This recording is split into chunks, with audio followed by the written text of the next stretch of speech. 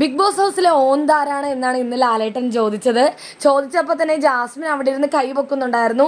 അല്ല ലാലേട്ടൻ, ഞാനല്ല, ഞാൻ ആരാണെന്ന് വേണമെങ്കിൽ പറയാമെന്നാ ഉദ്ദേശിച്ചെന്നില്ല. ജാസ്മിൻ പറയുന്നു. മനസ്സിലായില്ല ജാസ്മിൻ പറഞ്ഞോ എന്ന് ലാലേട്ടൻ പറയുന്നു.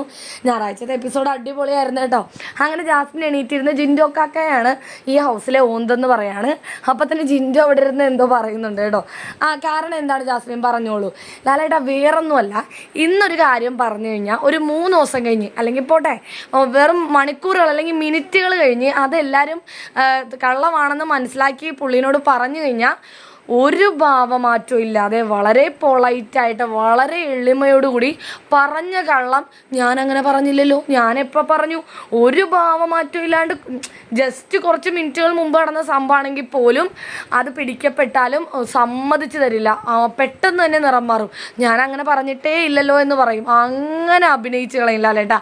അതുകൊണ്ട് നമ്മുടെ ഹൗസിൽ ഓന്തെന്നുള്ള പേര് വേറെ ആർക്കും കൊടുക്കാൻ പറ്റില്ല. അത് ജിൻഡോ കാക്കാക്ക് മാത്രം സ്വന്തമാണെന്നാണ് ജാസ്മിൻ പറഞ്ഞത്.